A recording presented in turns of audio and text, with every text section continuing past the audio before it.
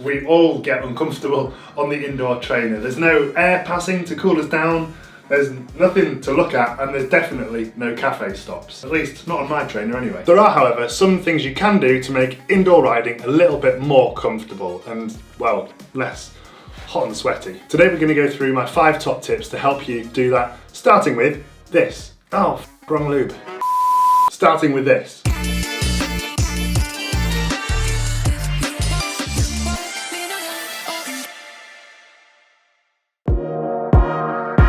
Tip number 1 is to potentially use a bit of chamois cream. You don't move about that much when you're on the indoor trainer and the bike doesn't kind of sway side to side, so things can get a little bit sore down below. So don't just reserve chamois cream for your long rides outdoors, potentially use some on the trainer as well. And because you're training indoors and going to get super sweaty, don't just pick your grottiest pair of shorts. It's actually more important to pick one of your best set of shorts to use indoors that's going to keep you comfortable while on that trainer.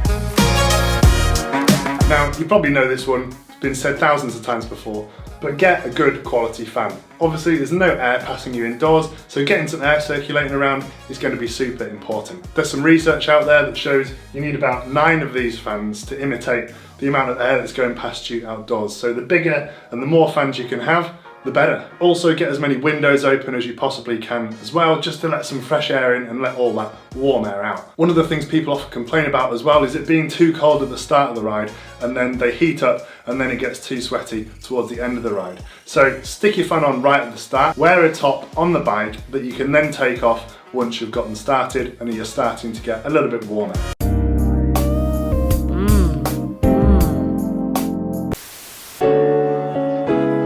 Next, change the setup of your bike. Obviously, if you use your road bike and attach it to a trainer, there might be not too much you can do. But if there is anything you can adjust, or you have a smart bike like my wattbike, change the aggressiveness of the fit you have. You don't need to be aero while cycling indoors, so you could change the height of the handlebars, pull them up a little bit, bring the reach back, just to make it that little bit more comfortable. You're not going to be speeding past Jeff from the local club down the hill on your indoor bike, so you don't need to be in a super aero position. You could also change the seat as well, so I've fitted the most comfortable and cushioniest seat, if that's a word, on my watt bike as possible. Because you're indoors, your seat doesn't need to be light, so just get the seat with the most cushioning that you possibly can to make it as comfortable as possible. Again, if you only have one bike and it's your road bike and you don't want to change it about too much, then there's only so much that you can do. But if you know you're going to be cycling indoors for the foreseeable future, over the winter for example, then it's worth getting a few upgrades that make it more comfortable.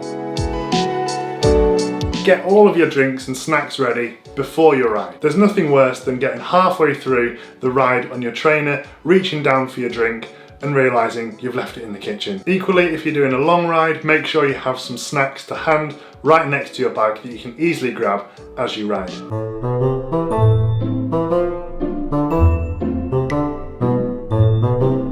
Okay, not that many snacks.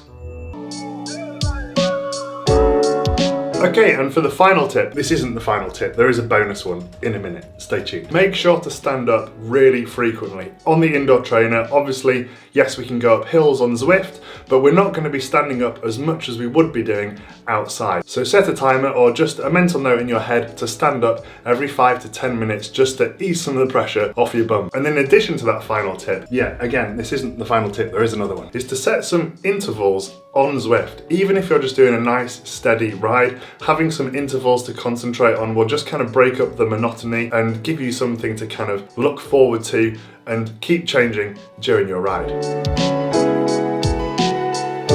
And bonus tip number 6. There's no harm in sticking something on to watch, especially if you've got a long, sort of steady ride ahead of you, not particularly with any interesting intervals going on. Sticking Netflix on your iPad or on your phone can just help relieve some of that boredom. What you watch on Netflix though is completely up to you. If you want to catch up on the latest episode of SpongeBob, you do you. Haters are gonna hate. Or even better, you could watch some of my videos on YouTube while you're cycling. Hopefully these tips help you, they definitely helped me. If you'd like to see how I went about finding a saddle that fit my watt bike that didn't make my junk go numb, feel free to click on the video up here. Otherwise, I'll see you guys in the next one.